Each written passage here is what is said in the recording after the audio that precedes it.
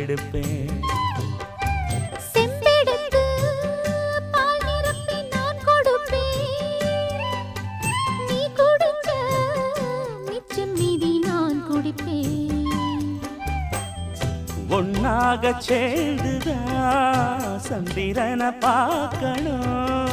உண்டான ஏக்கத்தை ரெண்டு பேரும் தீர்க்கணும். நள்ளிரவில் நாம கலந்தா கோழி கூவ கூடாது. ஒரு மந்தாரப்பூ வந்தா மந்திரமா, அவ முத்தம் ஒண்ணு தந்தா தந்திரமா.